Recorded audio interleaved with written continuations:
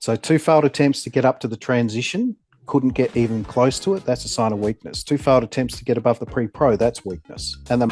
So we've got already the steps in play for maybe a short trade. Now we just look to see whether or not the market can align with our playing fields and other transitions. So I'll get rid of this big view.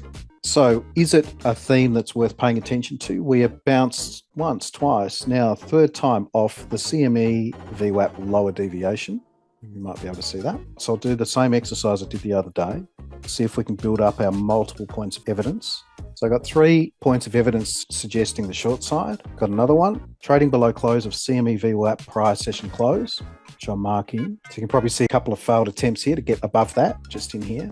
Okay, we're into our short inventory I was looking at. I'll bring it into view. Okay, see prices here. So if we get the other side of this, that big chunk's on side. That's our next point of evidence. We're up to 5, 65.15 on side. Sellers offering the market lower, 6. See that there? I've just joined that in. So here's some failures. There's sellers offering the market lower. There's your 6th piece of evidence. 7 is down. 8.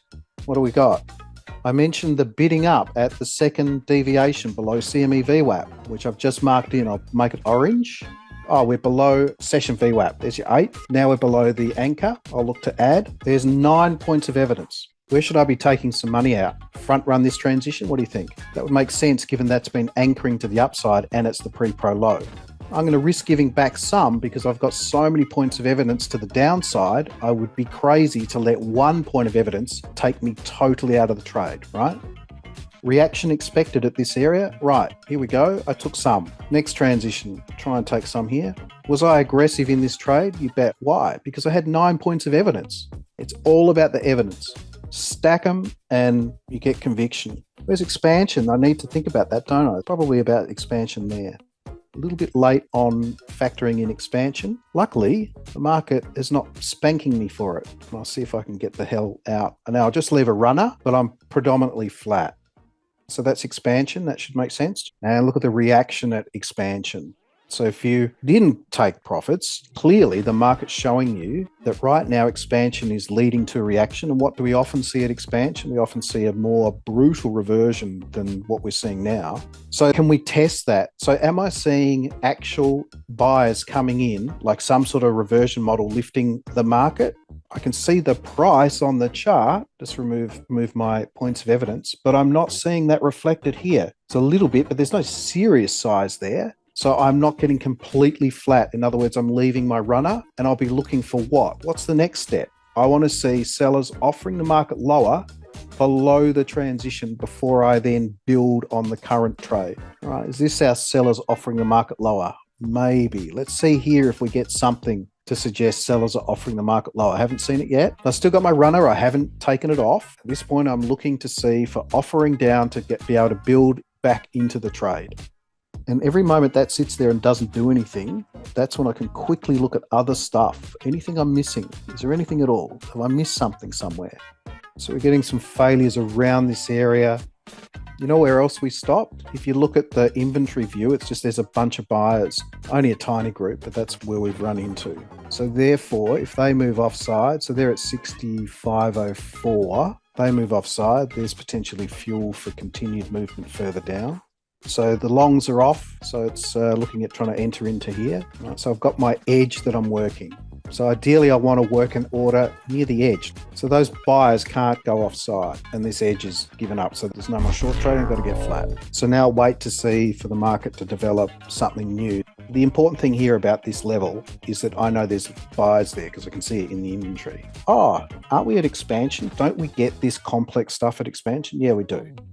All right, so that's it for that first leg. So now it's just waiting to see, like I can treat it almost like a new trade, although it's really a continuation of the same thing. Just waiting to see whether or not we get another go at it and try and find the makings of the next trade and try and do exactly the same thing, just evidence, evidence, evidence that aligns with our playing fields. So we're still within one of the playing fields. So it's still opportunity to trade the short side within here, but we're clearly not at a point where we want to enter short right now.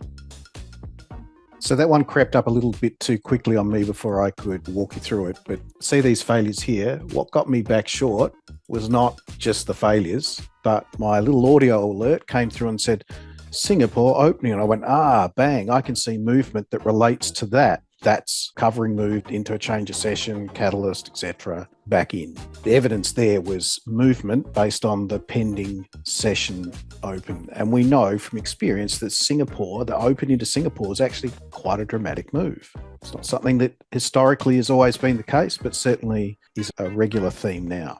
Now, I took most off into the lows because, well, that was the turning point where those buyers act as a wall of defense. So I'm not going to assume that that wall is going to get beaten down, but I'm leaving a runner just in case. We get through, I might be able to add. Hard to tell. I don't think we're there yet. No, we're not. It's held, hasn't it? They went offside by like 2 basis points and they've held.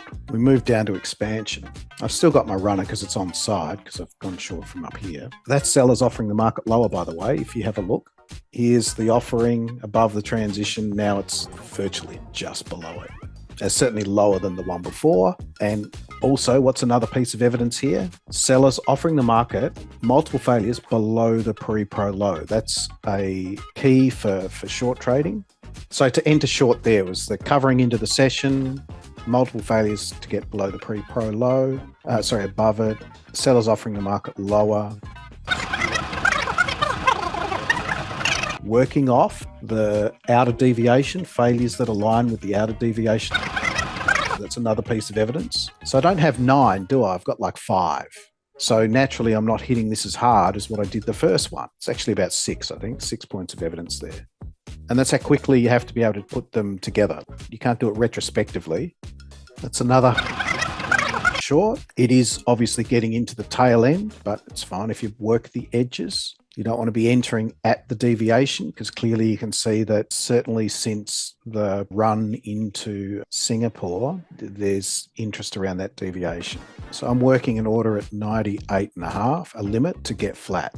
It's obviously some resistance to go through 65 even, isn't there? I'm not seeing anyone bidding up at 65 cents though, so I've stuck with my order.